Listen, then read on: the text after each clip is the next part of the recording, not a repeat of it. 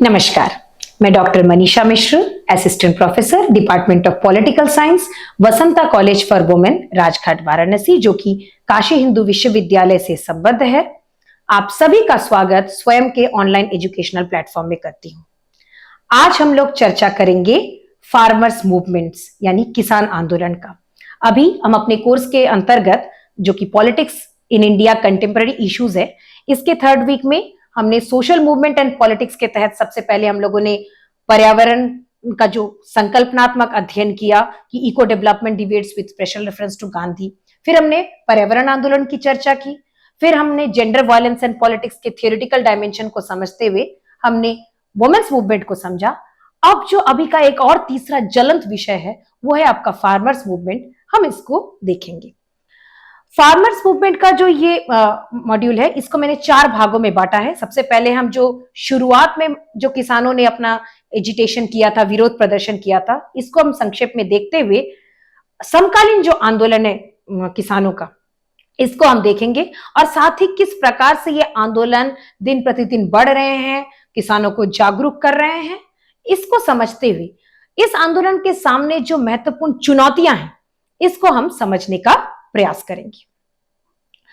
अब अगर हम भारत में देखें तो भारत जो है एक कृषि प्रधान देश है और फार्मर्स का जो ये ग्रुप है, ये हमारे एक तरह से पूरा अर्थव्यवस्था को संभाली हुई है, क्योंकि आज भी जो भारत का जो 70% वर्कफोर्स है वो आपके किसान है और देश का जो पूरा जो खाद्यान्न है वो किसानों पर निर्भर है।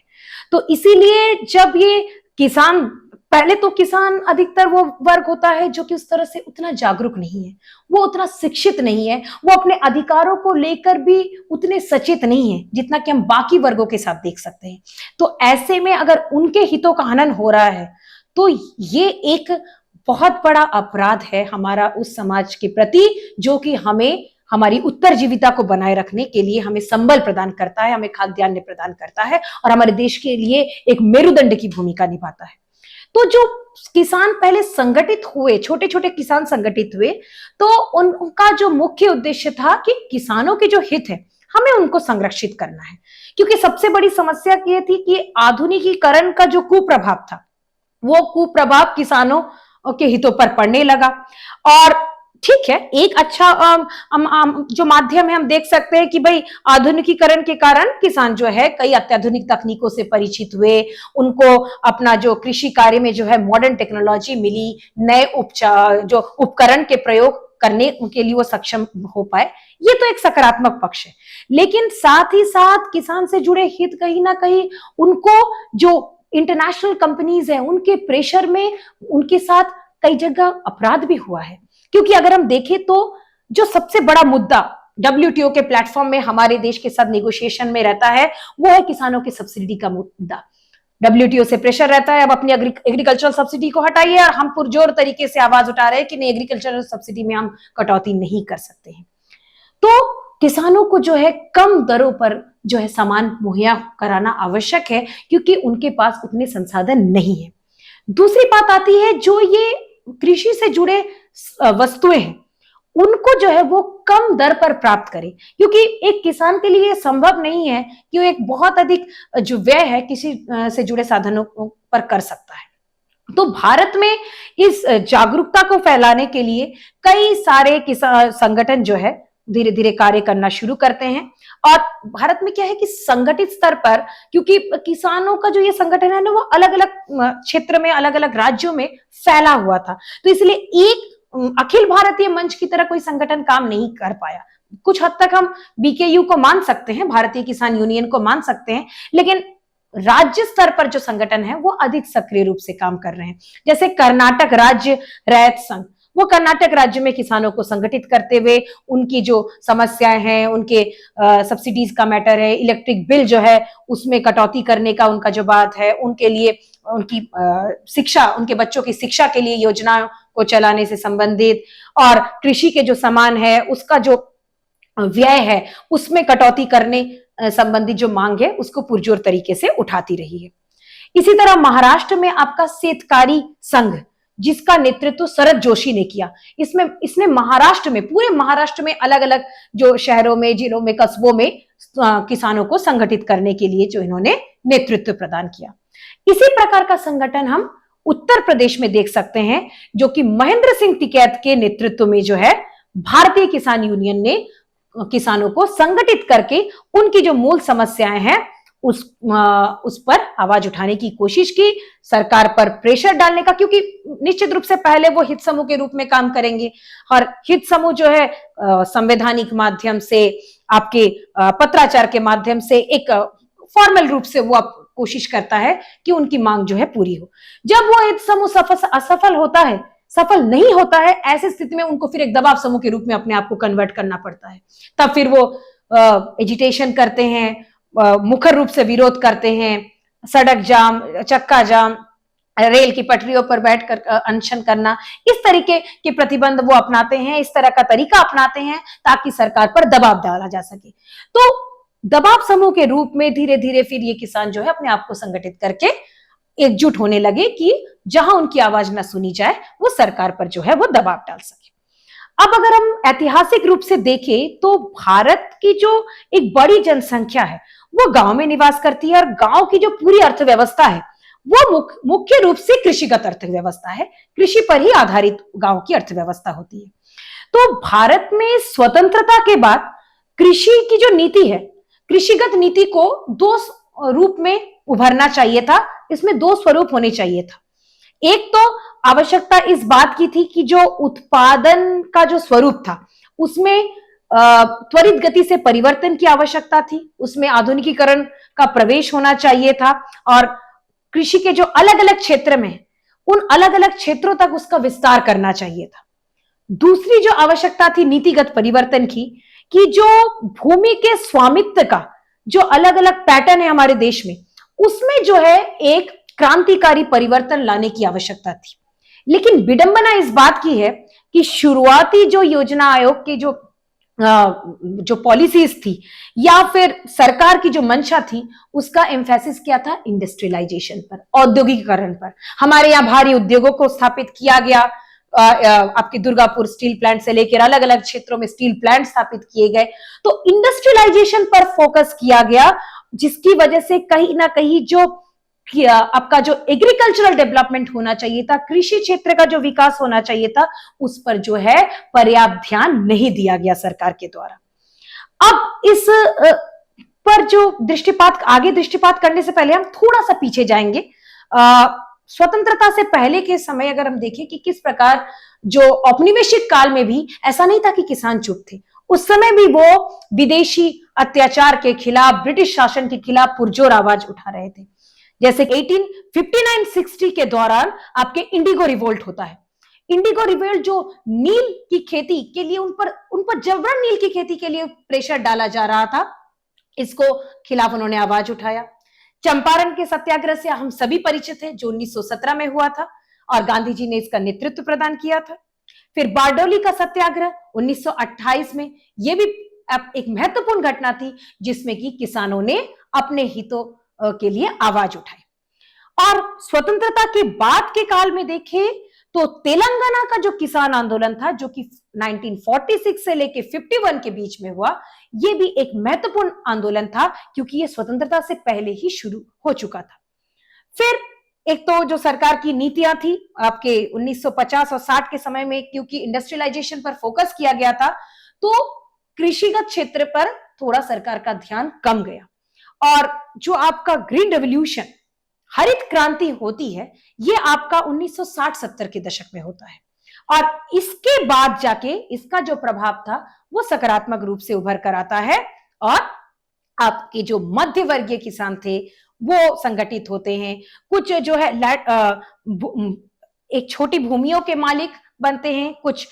श्रमिक जो है कृषिगत श्रमिक जो ग्रुप है वो भी संगठित होते हैं, और हाशिए पर खड़े किसान, उनका भी कुछ हद तक जो है इस ग्रीन रेवोल्यूशन के बाद कहीं ना कहीं उनके जो जीवन की जो स्थिति थी उसमें सुधार आता है, और धीरे धीरे अब किसानों को भी समझ में आता है कि उनके क्या अधिकार है, उनकी मांगों को वो किस प्रकार से स्पष्ट रूप से, मुखर रूप से रख सकते हैं। फिर 1980 के दशक में जाकर किसानों ने जो है वो स्ट्रांग रूप से जो है वो प्रदर्शन करना शुरू करते हैं। उस समय एक प्रयास किया गया था, क्योंकि वो जो 1980 का जो विरोध प्रदर्शन था किसानों का, विशेषकर जो कृषिगत नीतियां थी उसके वो खिलाफ थे, और कहीं ना कहीं वो चाहते थे कि उनके लिए जो सब्सिडी का रेट है वो बढ़ाया जाए, इलेक्ट्रिसिटी के बिल में कटौती की जाए, उनकी बेटियों की शिक्षा के जो प्रावधान किए जाए, और गन्ने का जो समर्थन मूल्य है उसके क्षेत्र में सरकार जो है संवेदनशील बने। कई ऐसी मांगों के साथ वो एकजुट हुए थे। तो उस समय शरद जोशी और महेंद्र सिंह टिकैत, इन दोनों ने उनका नेतृत्व किया। उस समय कुछ संभावना ऐसी बन रही थी कि महाराष्ट्र से शरद जोशी और उत्तर प्रदेश से आपके महेंद्र सिंह टिकैत, ये दोनों मिलकर अखिल भारतीय किसान संघ को संगठित करेंगे, और ये संघ जो है अखिल भारतीय स्तर पर जो है कार्य करेगा, सब पूरे देश में किसानों को एकजुट करने का काम करेगा। लेकिन हुआ इसके विपरीत, ये दोनों नेतृत्व आपस में टकरा गए, और इस प्रकार अखिल भारतीय किसान संघ बनने से पहले ही बिखर गया, और फिर से किसान जो है अलग अलग राज्य स्तर पर सीमित होकर जो है अपने जो गतिविधियों को जो है वो करने लगे। अगर हम भारत में जो प्रमुख आंदोलन हुए हैं इसको एक फ्लो चार्ट के माध्यम से देखें, तो जैसे मैंने चर्चा किया कि स्वतंत्रता से पूर्व जो है इंडिगो रिवोल्ट, चंपारण सत्याग्रह और बारडोली का सत्याग्रह महत्वपूर्ण 3 घटनाएं थी, और स्वतंत्रता के बाद जो है तेलंगाना का पिजन मूवमेंट, ग्रीन रेवोल्यूशन के बाद जो है किसानों की वास्तविक स्थिति उभर कर आई, और उसके बाद 1980 में जो है फार्मर्स का एजिटेशन बढ़ता है, और शेतकारी संगठन बीकेयू ने एक लंबा जो है एक मार्च को उन्होंने नेतृत्व प्रदान किया, जो कि आपका 1988 में बीकेयू की रैली होती है दिल्ली में, और इसमें साथ ही आपके 1979 में इससे पहले शेतकारी संगठन का प्रोटेस्ट हुआ था महाराष्ट्र में। तो कहीं ना कहीं इसके माध्यम से जो है किसानों को संगठित करके अपनी मांगों को वो सरकार के समक्ष रख सके, इसकी पूरी जो है पृष्ठभूमि तैयार की गई। अब जो भारत में, जो स्वतंत्र भारत में अगर हम उनके आंदोलनों को देखें, तो एक समस्या जो भारतीय किसानों के साथ क्या है कि ये आपके होमोजेनस ग्रुप नहीं है, ये एक समरूप समूह के रूप में कार्य नहीं करते हैं, ये अलग अलग पंथों में, अलग अलग जातियों में, वर्गों में विभाजित है, जिसके कारण एकजुटता में समस्या होती है, संगठन का अभाव है, नेतृत्व क्षमता को लेकर कभी कभी समस्याएं उत्पन्न होती है, और कहीं ना कहीं अशिक्षित होने के कारण वो अपने कई अधिकारों को लेकर जागरूक नहीं है। और आपने देखा भी होगा कई, जैसे कि किसान आंदोलनों में जो लोग उनका पार्टिसिपेट करते हैं, अगर उनसे कोई मीडिया कर्मी ने पूछ लिया कि आप यहाँ क्यों इकट्ठा हुए हैं, उन्हें कारण तक पता नहीं रहता है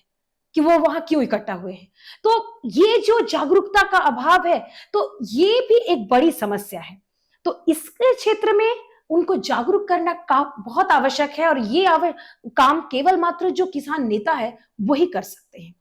तो अगर हम फिर से देखें कि 1960 के बीच के समय में जो समस्याएं थी, वो समस्या विकराल रूप से उभरती है, क्योंकि हमारे यहाँ खाद्यान्न संकट का समस्या था। क्योंकि आप याद करिए उस समय लाल बहादुर शास्त्री के जो शासनकाल का दौरान, एक तरफ तो हम पाकिस्तान की तरफ से जो आक्रमण झेल रहे थे, और यहाँ भारत में खाद्यान्न का संकट था। PL 480 गेहूं हम अमेरिका से आयातित कर रहे थे, और फिर अमेरिका ने हम पर दबाव डालने का प्रयास किया, और लाल बहादुर शास्त्री को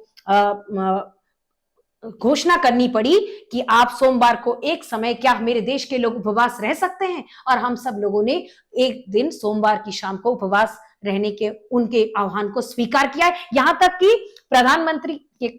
आवास में भी चूल्हा नहीं जलता था सोमवार में। तो वो जो क्राइसिस का समय था, उस समय प्रधानमंत्री लाल बहादुर शास्त्री जी ने उस क्राइसिस के कंडीशन को रोकने के लिए जय जवान जय किसान का नारा दिया। तो उसी समय से ही 1960 के दशक से ही किसानों को संगठित करने की शुरुआत हो चुकी थी, और इसीलिए अब सरकार को भी समझ में आ रहा था कि हमें कृषि क्षेत्र का विकास करना होगा, ध्यान अब कृषि क्षेत्र में देना होगा, और जो ग्रीन रेवोल्यूशन, हरित क्रांति की जो रणनीति है, धीरे धीरे उस रणनीति पर जो है काम करना सरकार ने शुरू किया।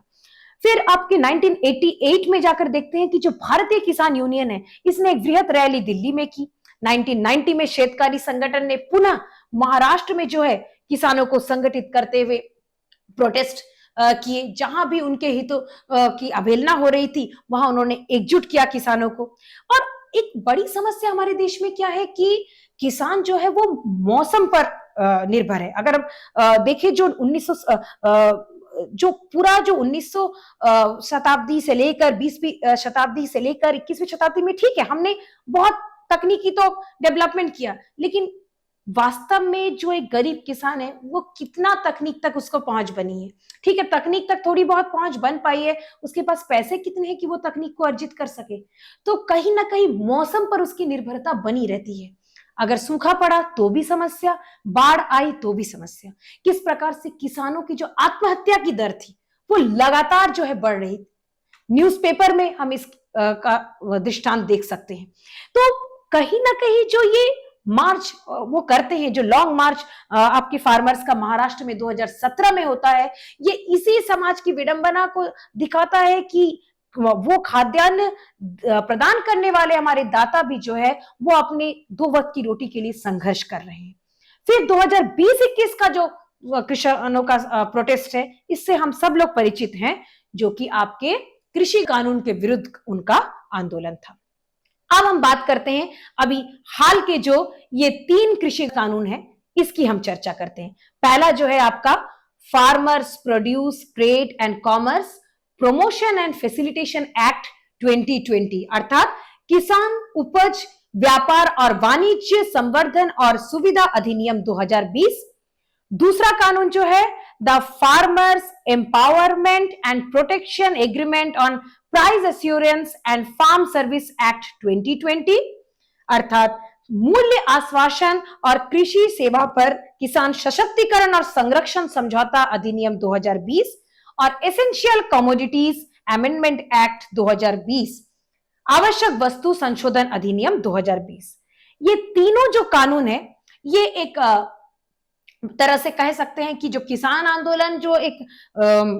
बहुत ही मध्यम स्तरीय आंदोलन की तरह काम कर रहा था, बहुत अधिक इसके बारे में लोगों को पता नहीं था, जानकारी नहीं थी, या अखिल भारतीय स्तर पर हम इसका प्रभाव नहीं देख पा रहे थे। ये तीनों कानून के जब इनको लागू किया गया तो इसको लेके देख सकते हैं कि किस प्रकार से किसान एकजुट होते हैं। और इन तीनों कानूनों की जो शुरुआत होती है ये 5 जून 2020 में, जब भारत के राष्ट्रपति ने उन 3 अध्यादेशों को जारी किया जो कि एक तरह से इन तीनों कानून के पहले ड्राफ्ट की तरह थे। अब इसके साथ हम देखें जो 2020-21 में जो किसानों ने इसके खिलाफ प्रोटेस्ट शुरू किया, तो इसका जो प्रमुख कारण था, जो 3 महत्वपूर्ण इसके कारण थे, पहला तो कि मिनिमम सपोर्ट प्राइस MSP, जो न्यूनतम समर्थन मूल्य है, इसके खो जाने का डर था, क्योंकि हम पूरे कृषि क्षेत्र का कॉर्पोरेट सेक्टर जो है उसका आधिपत्य स्थापित होने वाला था। तो किसानों को लगा कि एक तो वो कम शिक्षित है, और ऐसे में अगर डायरेक्ट बड़ी बड़ी कंपनीज आके उनके साथ नेगोशिएट करे और कॉर्पोरेट सेक्टर उनको अपने स्ट्रेटेजीज के जाल में फंसा देंगी, तो फिर वो किस प्रकार से अपना बचाव कर सकती है। तो कॉर्पोरेटाइजेशन ऑफ एग्रीकल्चर, पूरे कृषि क्षेत्र का जो है एक तरह से कॉर्पोरेट सेक्टर के कंट्रोल में आने संबंधी जो प्रावधान थे, इसका किसानों के मन में काफी डर व्याप्त हो चुका था कि किसके क्या परिणाम पड़ सकते हैं।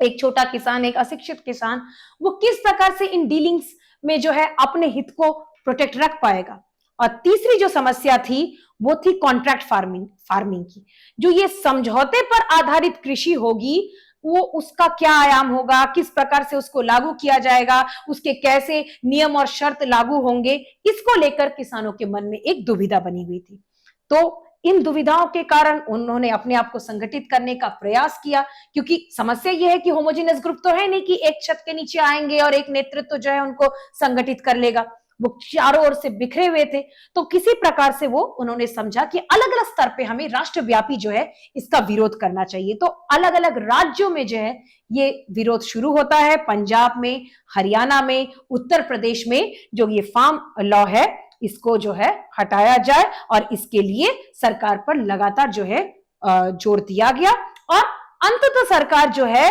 विवश होकर किसानों के एक लंबे प्रतिरोध के बाद, 1 साल के ऊपर के प्रतिरोध के बाद, हम देखते हैं कि नवंबर 2021 में सरकार विवश होकर जो है इन कानून को जो है वो वापस ले लेती है। अब इस पूरे घटनाक्रम को एक फ्लो चार्ट से हम समझ सकते हैं कि जैसे ही ये फार्म बिल को इंट्रोड्यूस किया गया जून में, तो ऑर्डिनेंस को जारी किया गया और ये तीनों जो आपके एग्रीमेंट थे, farmers produce trade and commerce act, agreement on price assurance act, essential commodities amendment act, ये तीनों लागू होते ही किसानों ने तुरंत प्रतिक्रिया दी कि हमें जो है इसके खिलाफ संगठित होना पड़ेगा। और सबसे बड़ी बात जो है कि ऐसा नहीं था कि इसके बाद जो है किसान गतिशील नहीं थे या इस क्षेत्र में काम नहीं कर रहे थे। 2022 से लेकर 2025 के बीच में भी हम देख सकते हैं कि लगातार जो है किसान जो है अपने हितों को लेकर जागरूक हो रहे थे और वो अभी भी संघर्ष कर रहे हैं, क्योंकि उनको पता है कि अगर वो जागरूक नहीं रहेंगे, एकजुट नहीं होंगे, तो इस प्रकार के कानून दोबारा लागू हो सकते हैं। इसलिए जो उनके सामने जो प्रमुख मुद्दे थे, सबसे पहला मुद्दा जो है एमएसपी का विवाद था, न्यूनतम समर्थन मूल्य, क्योंकि किसान ये चाहते थे कि उनका जो एमएसपी है, न्यूनतम समर्थन मूल्य है, उसकी कानूनी रूप से उनको गारंटी प्रदान की जाए। ये सबसे पहला उनका मांग था, क्योंकि वो एक कष्ट करके कोई उत्पादन करते हैं, फिर उस पर भी मौसम का एक नियंत्रण है और उनकी मौसम पर अपनी निर्भरता बनी हुई है। अब ऐसे में खाद्यान्न की उत्पन्न करने के बाद फिर वो बाजार जोखिमों में जाना, किस प्रकार का उन्हें लाभ हानि होगी, इस स्थिति में अब आगे किस प्रकार की परिस्थितियां उनको का सामना करना पड़ेगा, वो उनके लिए एक चिंतन का विषय था। तो 2023 में हम देखते हैं कि किस प्रकार से आप जो लगातार जो है किसानों ने इसके खिलाफ आंदोलन शुरू किया, विशेषकर पंजाब और हरियाणा में जो है लगातार आंदोलन हो रहा था कि हमें जो है लोन जो है, हम किसान जो है अपने उत्पादन को बढ़ाने के लिए जो कर्ज लेते हैं, वो कर्ज जो है उसमें कर्ज माफी प्रदान की जाए और जो बेटर क्रॉप प्राइसेस होने चाहिए। जो आपकी फसलें हैं, फसलों की जो मूल्य, अगर अच्छा मूल्य उन्हें प्राप्त नहीं होगा तो बताइए उनको कौन सा इंसेंटिव मिलेगा कि वो उस क्षेत्र में कार्य करें। क्योंकि अगर हम देखें कि हमारे देश में ये बहुत पहले की बात नहीं है कि 50 से लेकर 60,000 तक की किस्म के हमारे यहाँ चावल के अलग अलग, अगर अब चावल का अलग अलग प्रकार हम अपने यहाँ देख सकते हैं, तो ये बताता है कि हमारे यहाँ वैरायटी तो थी, लेकिन उस वैरायटी को प्रोटेक्ट करने के लिए सरकार का एक विजन भी तो होना चाहिए और उसके लिए एश्योरेंस भी किसानों को मिलना चाहिए कि हाँ, हमें जो है हमें अपने फसलों की जो है उचित मूल्य प्राप्त होगा। तो 2024-25 में भी जो ये आंदोलन है वो और उभर कर आता है और इसमें फिर डिमांड आता है कि जो क्रॉप इंश्योरेंस का रिफॉर्म के लिए वो डिमांड करते हैं कि जो उनकी जो फसल है, फसल बीमा में सुधार हो और फसल बीमा संबंधी सुधार की जो वो मांग रखते हैं, इस पर सरकार पुनर्विचार करे और इस क्षेत्र में जो है संवेदनशील नीतियों का निर्माण करे। ये किसान जो है सरकार के समक्ष ये मांग रखते हैं। दूसरा जो सबसे महत्वपूर्ण बिंदु है जिस पर किसान बल देते हैं कि सस्टेनेबल फार्मिंग पॉलिसीज जो है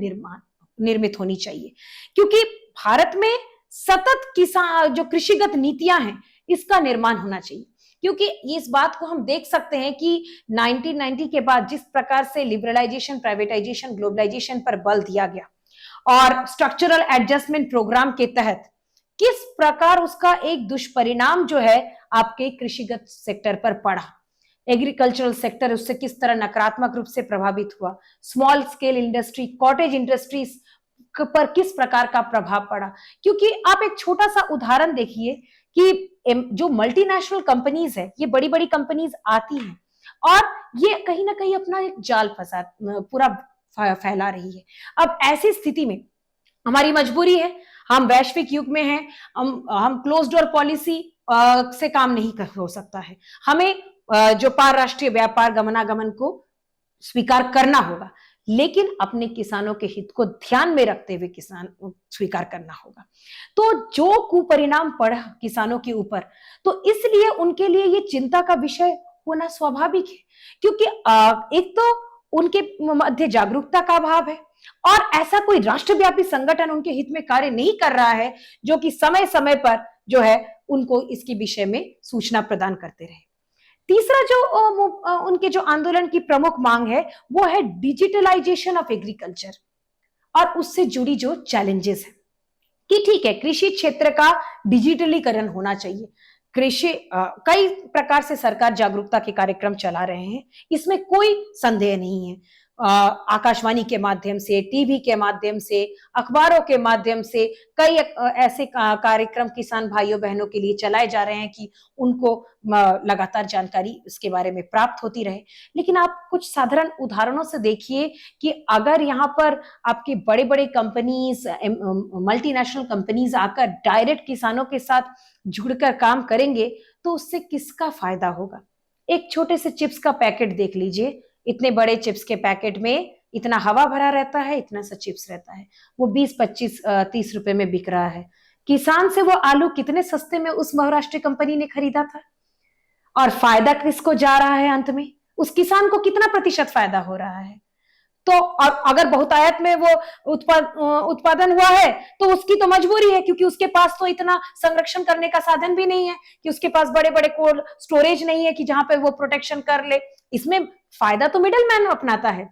वो कम दरों में किसान से खरीद लेगा, बिचौलिया जो है उसको उसके जमाखोरी करेगा, जमाखोरी के बाद जो है जब उसका अभाव रहेगा तब उसको बढ़े हुए दर पर जो है वो बेचने का प्रयास करेगा। तो इस प्रकार के अगर जाल, कॉर्पोरेट जाल बढ़ते गए हमारे समाज में, तो इसका कितना दुष्परिणाम किसानों पर पड़ सकता है, हमें इसको समझने की आवश्यकता है। अब अगर हम सरकार की जो प्रतिक्रिया देखें तो एक जो सकारात्मक तरीके से हम देख सकते हैं, किसानों के प्रति एक तरह से सरकार ने संवेदनशील तरीका अपनाया, क्योंकि फार्म बिल जो है वो उन्होंने हटा लिया 2021 में, और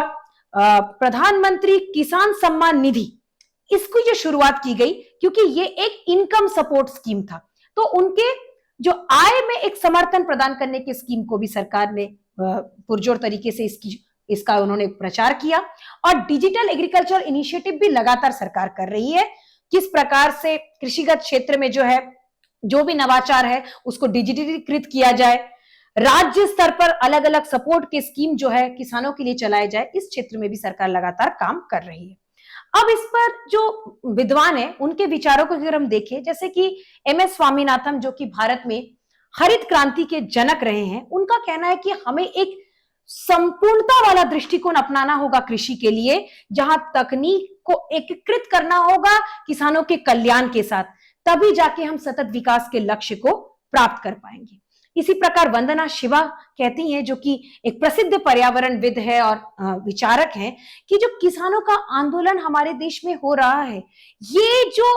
लगातार जो कॉर्पोरेट सेक्टर का दखल कृषि क्षेत्र में बढ़ रहा है, इसकी प्रतिक्रिया है। और इसीलिए सतत और देशी अगर हम कृषि तरीकों को अपनाएंगे और तभी जाके हम खाद्य क्षेत्र में आत्मनिर्भर बन सकते हैं। इसी प्रकार योगेंद्र यादव जो कि राजनीतिक विचारक है,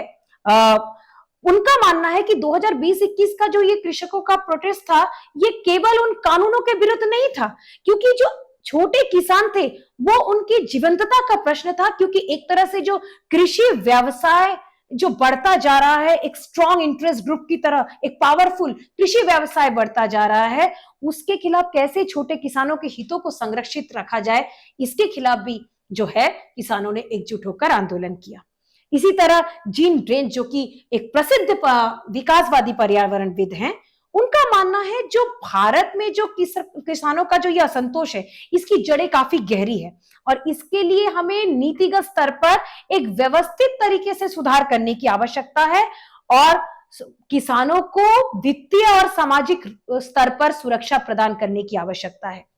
इसलिए ये बहुत जरूरी है कि किसान जो है संगठित हो और राजनीतिक एक प्रबल शक्ति के रूप में जो है किसानों को एक सफल नेतृत्व मिलना चाहिए, क्योंकि समस्या तो अर्बन रूरल डिवाइड का भी है, भारत बनाम इंडिया वाली समस्या भी बनी हुई है। शहरी और ग्रामीण किसानों के बीच का जो विभेद है वो भी जो है उनकी सामाजिक आर्थिक परिस्थितियों पर प्रभाव डाल रही है और इसलिए जो किसानों के हित है इसके संरक्षित करने के लिए हर कदम जो है सरकार को अपनाना होगा। एक एजिटेशन हुआ और उसके बाद निश्चित रूप से वो उस मामले में तो किसान सफल हुआ, लेकिन इसका एक दूसरा पक्ष भी है जिस पर प्रताप भानु मेहता ने इंगित करते हुए कहा है कि निश्चित रूप से हम कह सकते हैं ये किसानों की एकजुटता, किसानों की दृढ़ इच्छा शक्ति और उनके एक सशक्त मजबूती का परिणाम है कि किसान आंदोलनों के कि ये बिल जो है वापस ले लिया गया। लेकिन साथ ही साथ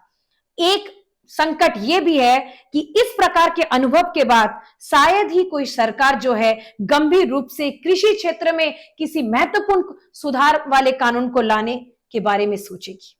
तो इन पर विचार करना बहुत आवश्यक है। और आपके लिए दो गतिविधि प्रश्न हमने रखा है कि आप जो है भारत में जो किसानों का जो ये प्रोटेस्ट है, इसके प्रमुख रीजन क्या थे 2020-21 है, इस पर आप विचार करिएगा। और साथ ही इसको सोचिए कि पिछले 75 वर्षों में भारत में प्लानिंग ऑन इंडस्ट्रियल डेवलपमेंट होने के बाद भी क्यों आज भी हमारा जो समाज है, भारत कृषि समाज है, इस पर आप विचार करिएगा। ये कुछ अतिरिक्त अध्ययन सामग्री है जिसके माध्यम से आप इस विषय को और गहराई से समझ सकते हैं। धन्यवाद।